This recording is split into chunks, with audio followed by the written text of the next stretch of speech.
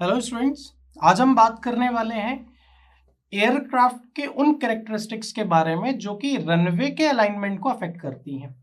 हमने पिछले क्लास में बात की थी कि एयरक्राफ्ट की कैरेक्टरिस्टिक्स को हमने जाना था एक एक करके कि क्या क्या कैरेक्टरिस्टिक्स होती हैं एयरक्राफ्ट की। बट ऐसा तो है नहीं कि सिर्फ हमें जानना ही है, हमें ये भी पता होना चाहिए कि उन कैरेक्टरिस्टिक्स के बारे में कि रनवे के अलाइनमेंट को कौन ज़्यादा अफेक्ट कर सकता है। मतलब रनवे मतलब क्या, जहाँ पे आपका एयरक्राफ्ट चलने वाला है, जहाँ पे उसकी मूवमेंट होने वाली है। जब आपने देखा होगा लैंड हो रहा है या फिर टेक ऑफ कर रहा है तो एक पर्टिकुलर ट्रैक पे चलता है, वो एक स्ट्रिप पे चलता है, उसी को हम क्या बोलते हैं, रनवे बोलते हैं। नॉर्मल अगर हम भाषा की बात करें, जब हम अपने नॉर्मल गाड़ियों की बात करें तो उसको हम रोड बोलते हैं। अब वो रोड चाहे तो फ्लेक्सिबल होती है, रिजिड होती है, बट जब हम एयरपोर्ट के अंदर बात करते हैं जहाँ पे लिटरली वो टेक ऑफ और लैंडिंग के लिए वो मूव कर रहा होता है, उसे हम रनवे बोलते हैं। और रनवे के अलाइनमेंट के बारे में हम पूरी की पूरी बात करने वाले हैं। अगर मैं इनके फैक्टर्स के बारे में बात करूं तो मैं इसको एक एक करके बात करते हैं चैनलाइजेशन के ऊपर। सबसे पहला जो है वो है चैनलाइजेशन। चैनलाइजेशन क्या होता है कि जब हमारा लैंडिंग गियर सिस्टम जो होता है, एयरक्राफ्ट का गियर सिस्टम मतलब क्या, वही उसके टायर वगैरह, उसका जो पूरा का पूरा, जैसे आपने टायर देखे होंगे इस तरीके से,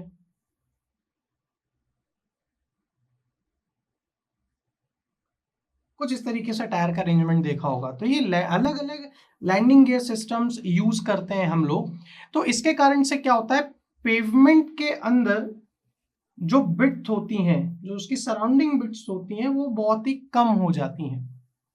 अब उसके कारण से बहुत बार ऐसा होता है कि ये पेवमेंट जहाँ पे नैरो स्ट्रिप हुई तो यहाँ पे जब लोड हुआ, अच्छा हम ध्यान कहाँ पे देते हैं, मेन इस रनवे के अलाइनमेंट में ध्यान देते हैं। बट जैसे जैसे ये यहाँ पे नैरो बिट हो जाती है तो ये स्पेस हमारा उतना यूटिलाइज नहीं होता है, तो आगे चल के ये प्रॉब्लम क्रिएट कर सकता है। तो ये भी एक बहुत बड़ा फैक्टर हो गया। दूसरा जो कि हमने बात की थी फ्यूल स्पिलिंग की। अब फ्यूल को जब हम भर रहे होंगे अपने एयरक्राफ्ट के अंदर, जाहिर सी बात है वो गिरेगी, है ना। एक ह्यूमन एरर कह सकते हैं आप लोग। जाहिर सी बात है कि वो गिरेगा ही गिरेगा, आप कितने भी अच्छे से कर लो। तो उसके कारण से वो प्रॉब्लम क्रिएट कर सकता है। अब आइदर वो बिटुमिनस पेवमेंट हो या फिर कंक्रीट की पेवमेंट हो, तो ये भी एक बहुत बड़ा फैक्टर होता है। तीसरा, high pressure tyre. High pressure tyre and small contact area.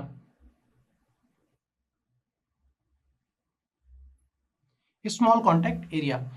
अब जितना ज्यादा प्रेशर होगा उतना ज्यादा मेरा लोड ट्रांसफर होगा मेरे सबग्रेड के अंदर। और अगर मान लीजिए सबग्रेड में कुछ चेंजेस होते हैं, नॉर्मली नेचुरली चेंजेस हो रहे हैं, मैंने तो जब डिजाइन किया होगा तो मैं पूरे के पूरे स्टैंडर्ड के बेसिस पे लगाऊंगा।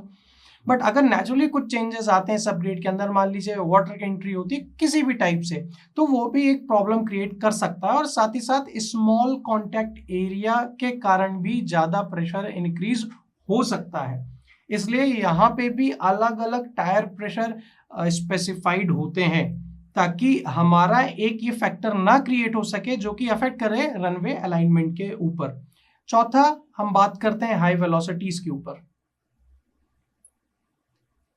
जाहिर सी बात है यहाँ पे एयर का लेना देना है। हाई स्पीड व्हीकल्स हैं जो कि हम यूज कर रहे हैं, वहां पे वेलोसिटी भी ज्यादा होगी। तो जितना ज्यादा तेजी से हम अपने एयरक्राफ्ट को ट्रेवल कराएंगे या मूव कराएंगे टेक ऑफ के लिए या फिर लैंडिंग के लिए, तो वो वेलोसिटी भी कहीं ना कहीं क्या करेगी, एक इफेक्ट डालेगी आपके पेवमेंट को। और वो पेवमेंट कहीं ना कहीं वो इम्पैक्ट डालेगा, वो वेलोसिटी कहीं ना कहीं एक इम्पैक्ट डालेगा जो कि आपके पेवमेंट के लिए सही नहीं है। उसके बाद हम बात करें हॉट ब्लास्ट। जैसा कि हमने बात की थी एग्जॉस्ट वगैरह की, हॉट गैसेस वगैरह वहां पे निकलेगी। तो यहाँ पे एक इंपॉर्टेंट टर्म है हॉट ब्लास्ट को कैरी ओवर करने के लिए, कि मेरा जो टेल है उसकी हाइट कितनी है या फिर जो उसके विंग्स है वो कितने एंगल पे है। तो उससे क्या होता है कि वो थोड़ी सी रियायत बरतने में हमें एक हेल्प करता है। और साथ ही साथ अगर हम इस तरीके से काम नहीं कर पा रहे हैं तो वही चीज उसको पुश करेगा कि वो बिटुमिन को ज्यादा हीट कर सके। मान लीजिए जैसे ही वो कांटेक्ट में आता है ना, और वही फ्यूल स्पिलिंग से ही हम इसको जोड़ के चले, फ्यूल स्पिलिंग के कारण कुछ गिर गया, हॉट ब्लास्ट है, वहां पे इंपैक्ट हुआ, रगड़ हुई और वहां पे ब्लास्ट हो गया, ब्लास्ट इन द सेंस कि आग लग गई, तो वो हमारे पेवमेंट को कहीं ना कहीं खराब कर देगी। आप लोगों ने देखा होगा कि जब लैंडिंग होती है तो वहां पे रगड़ाहट के कारण वहां पे आग उत्पन्न होती है ना।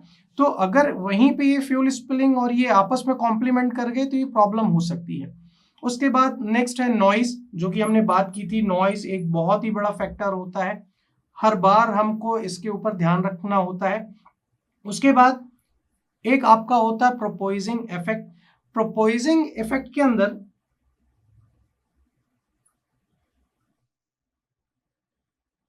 ये प्रोपोइजिंग है, PROPOISING, प्रोपोइजिंग इफेक्ट। इस प्रोपोइजिंग इफेक्ट के अंदर हमें हमारे रनवे के हम लेयर्स के बारे में बात कर रहे होते हैं। अब क्या होता है कि जब हमारा कांटेक्ट बहुत ही तेजी से होता है, मतलब एक तरीके से मैं बात करूं, लोड आया, उस लोड के कारण क्या हुआ, वहां पे जो भी चीजें हैं, मतलब उस लेयर्स में, सब लेयर्स के अंदर, सब बेस, सब ग्रेड के अंदर, तो वहां पे पूरा का पूरा एक कंप्लीट यूनिट वाइज, एक कंप्लीट यूनिट किसी ना किसी तरीके से एक इम्पैक्ट डालती है, और उसी पूरे के पूरे लेयर्स के सिस्टम के बारे में हम बात करेंगे तो उसको हम क्या नाम देंगे, प्रोपोइजिंग इफेक्ट नाम देंगे। ठीक है। उसके बाद हम बात करते हैं pumping of the joints. Pumping of the joints,